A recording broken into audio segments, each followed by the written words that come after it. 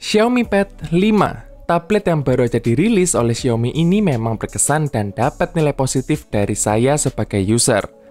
Tapi ternyata ada sebuah kesalahan fatal yang dilakukan oleh Xiaomi, sehingga tablet ini mungkin nggak menarik lagi buat kalian.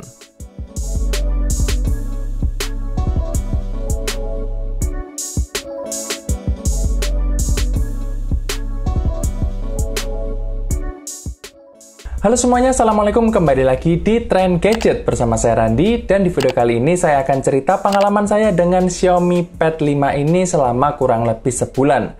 Disclaimer dulu, di video kali ini saya nggak akan terlalu teknis bahasnya, jadi saya akan menceritakan sebagai seorang pengguna, supaya apa yang saya jelaskan di video kali ini bisa lebih banyak diterima oleh banyak orang, termasuk yang awam sekalipun. Banyak hal yang saya suka dari tablet Xiaomi ini, salah satunya desain.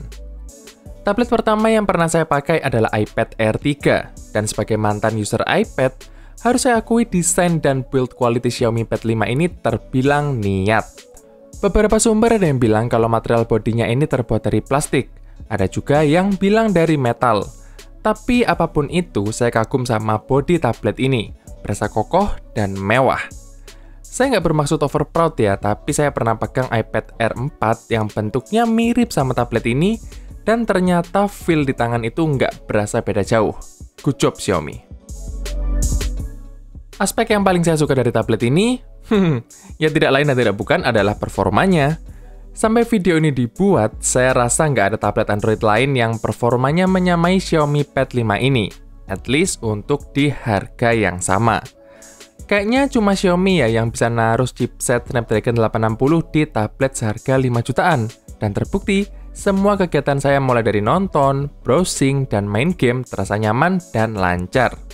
Mulai dari game casual seperti Ragnarok X sampai game setan kayak Genshin Impact, semuanya bisa enak banget dimainin di tablet ini. Tentunya dengan settingan grafis default yang disarankan ya.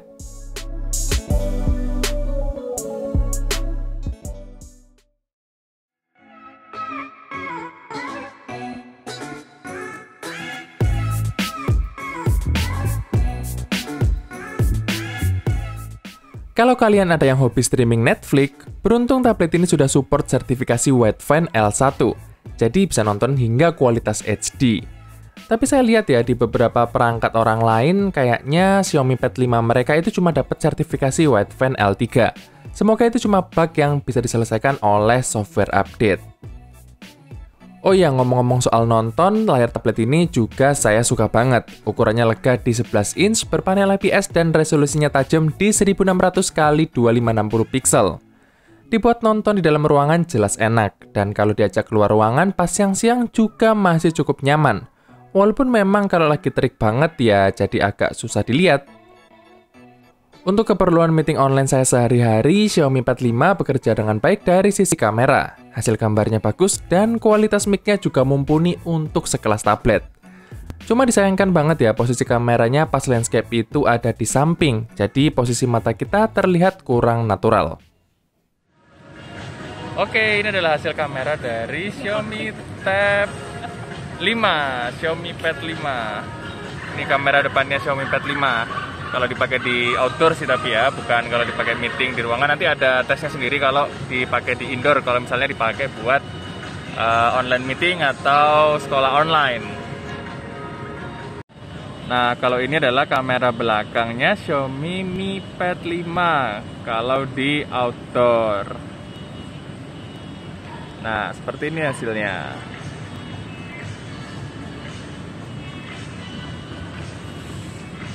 Oke, ini adalah hasil dari kamera depannya Xiaomi Pad 5 kalau dipakai di indoor.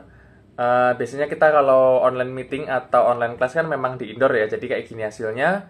Lebih bagus daripada webcam laptop atau webcam yang 300 ribuan gitu, lebih bagus ini jelas. Tapi memang untuk posisi kameranya itu kurang natural ya, karena dia kalau di landscape gini dia ada di sebelah kiri, jadi saya harus ngelihat ke sini. Kalau misalnya matanya mau ngelihat ke audiens ya. Tapi kan ini nggak enak ya kalau ngelihat ke kamera gini, enaknya kan lihat ke tengah gitu ya, untuk ngebaca teks juga gitu. Nah, jadi masalahnya di posisi doang sih. Tapi untuk kualitas kameranya menurut saya udah oke banget. Tinggal kualitas mic-nya yang bisa kalian lihat nanti di video reviewnya kayak gimana, jelas atau enggak. Ini saya pakai suara normal aja, nggak teriak-teriak. Oke.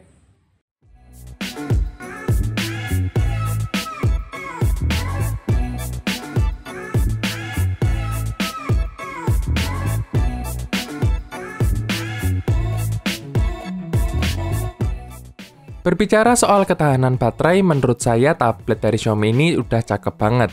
Sekali full charge bisa bertahan kira-kira 2-3 hari tergantung pemakaian.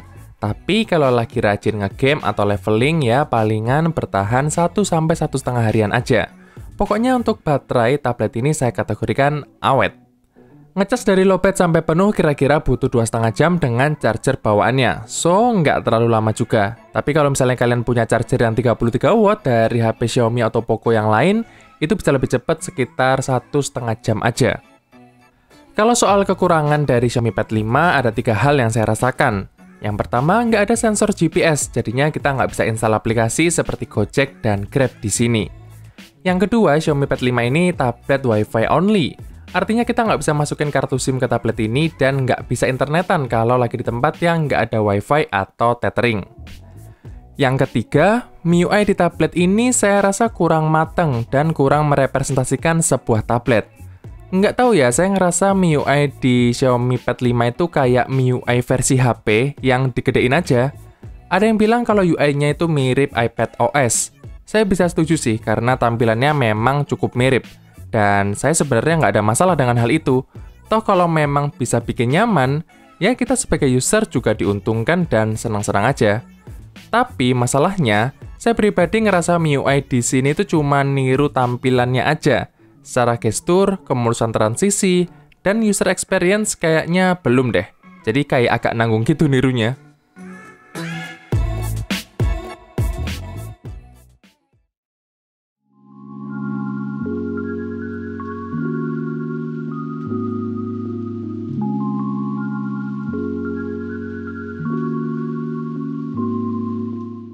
Nah, sampai di titik ini sepertinya Xiaomi Pad 5 ini adalah tablet yang paling sempurna ya untuk harga 5 jutaan.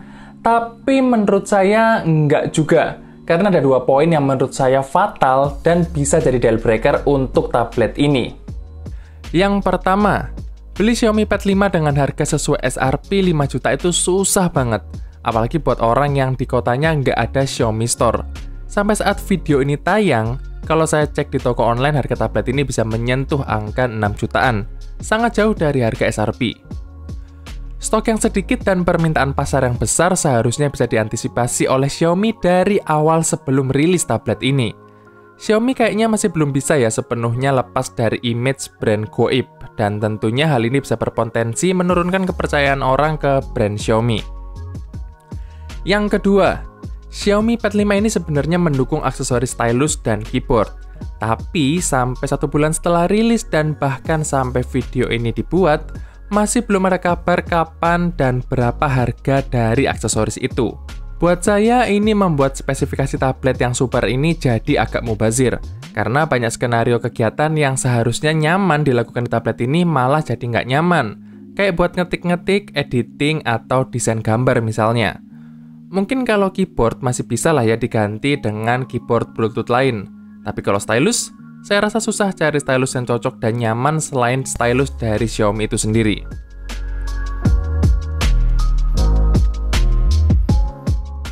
Kita sebagai calon pembeli pastinya punya kesempatan memilih barang apa yang mau dibeli.